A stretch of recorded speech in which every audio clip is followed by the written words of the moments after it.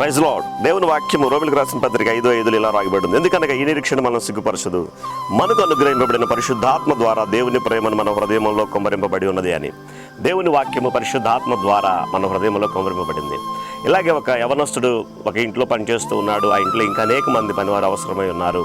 తన యజమానుడు చాలా నమ్మకమైన వ్యక్తిగా యవనస్తుడు ఉండటం వల్ల తనకు కావలసిన పనివారి కొరకు వీధిలోకి వెళ్ళినప్పుడు అక్కడ ఏ పని చేయలేని సహాయ స్థితిలో ఉన్న ఒక ముసలి వ్యక్తి తనకు కనబడతాడు. అయ్యా, ఈ బానిసను మనం కొనుక్కుందామని చెప్పినప్పుడు ఆ యజమానుడు ఆ యవనస్తుడి మీద ఉన్న ప్రేమ చేత తను తీసుకొని వస్తాడు. తరువాత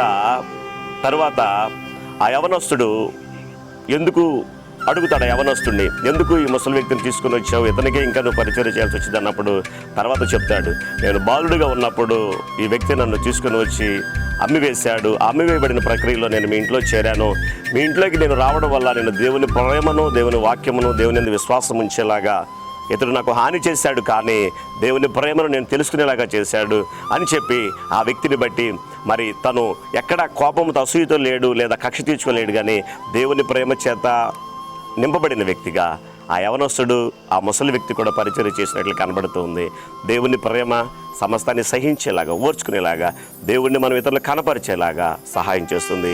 గాడ్ బ్లెస్ యూ.